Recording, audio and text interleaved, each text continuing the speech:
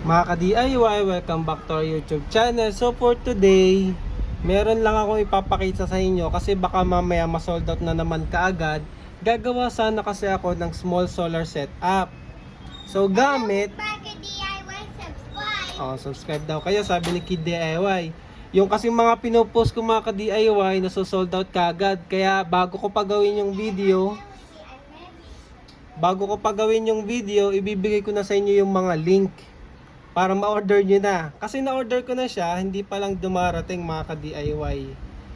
Bale, ang tinutukoy ko ay itong battery. 30 watts, 30 Ah from POMR. So ayan, na-order ko na siya mga ka-DIY. Nabili ko siya 2,600 pesos.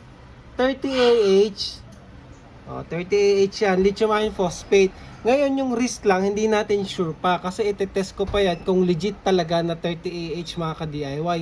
Pero bakit ko siya mare-recommend? Napakamura kasi. Tingnan nyo mga ka-DIY. 'Di ba? 3K lang siya original price. Pag may voucher, mabibili mo ng 2,600. I-compare natin sa ibang brand, Gentile. 30 Ah, 6,000. Pag binoucher mo yan, 5K.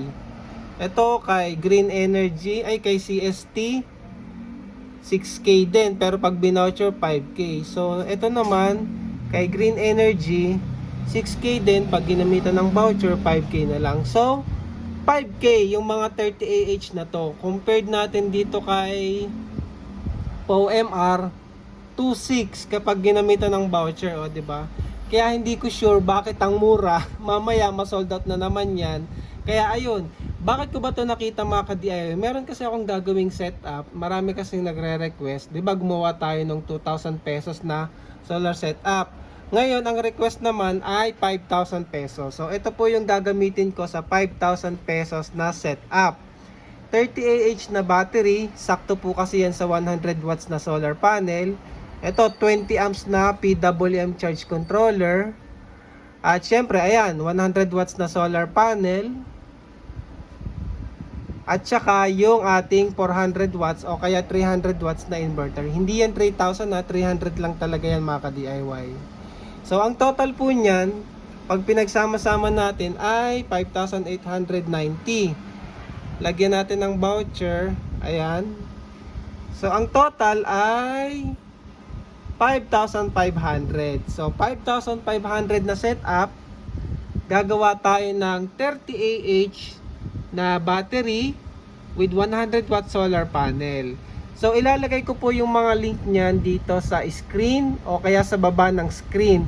Marami kasi naghahanap ng link, wala na po sa description. YouTube Shopping kasi nilalagay na po yan sa screen mismo, nagpop-up po dyan sa may baba. Pag hindi dyan, tumatago yan dito sa baba sa more. I-click nyo lang yung more.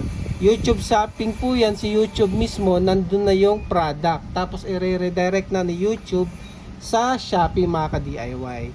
So ayan, gawa tayo ng hindi siya medium kasi medium niya yung ginawa ko na 300 watts Gumawa na tayo ng 30 watts, gumawa na tayo ng 300 watts. Ngayon naman ay 100 watts na solar setup mga ka-DIY. So ayan, check nyo na kaagad tong battery na to kasi baka mamaya pag dumating sa akin to at gagawin na natin yung solar setup ay ubos na ulit. Kasi nagkakaubusan po ngayon sa mga battery tsaka portable power station.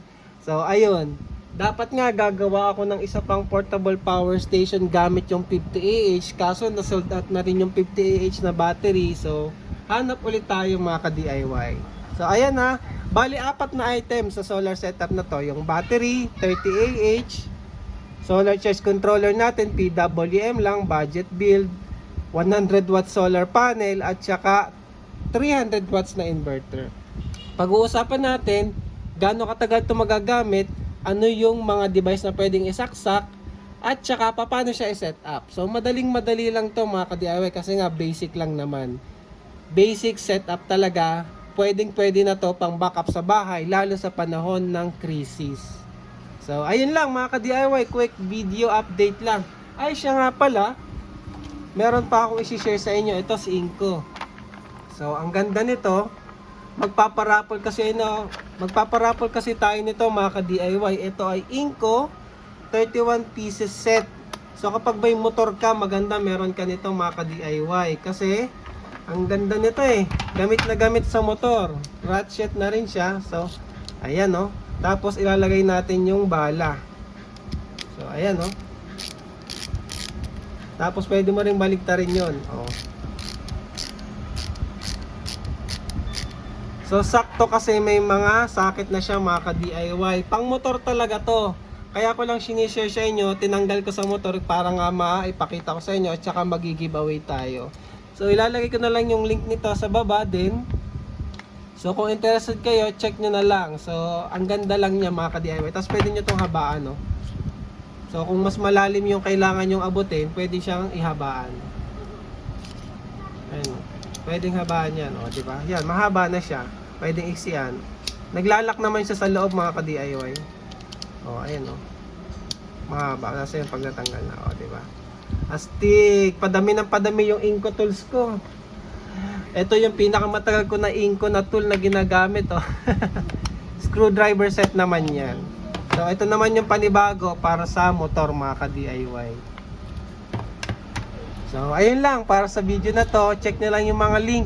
Gawa tayo ng panibagong small solar setup worth 5,000 pesos. So, upgrade dun sa 2,000 pesos at mas mura naman dun sa 300 watt na setup mga ka-DIY. So, ayun. Para sa wala pang budget, 5K lang. Ito, pwede nyong gawin tong setup na to ng solar mga ka-DIY.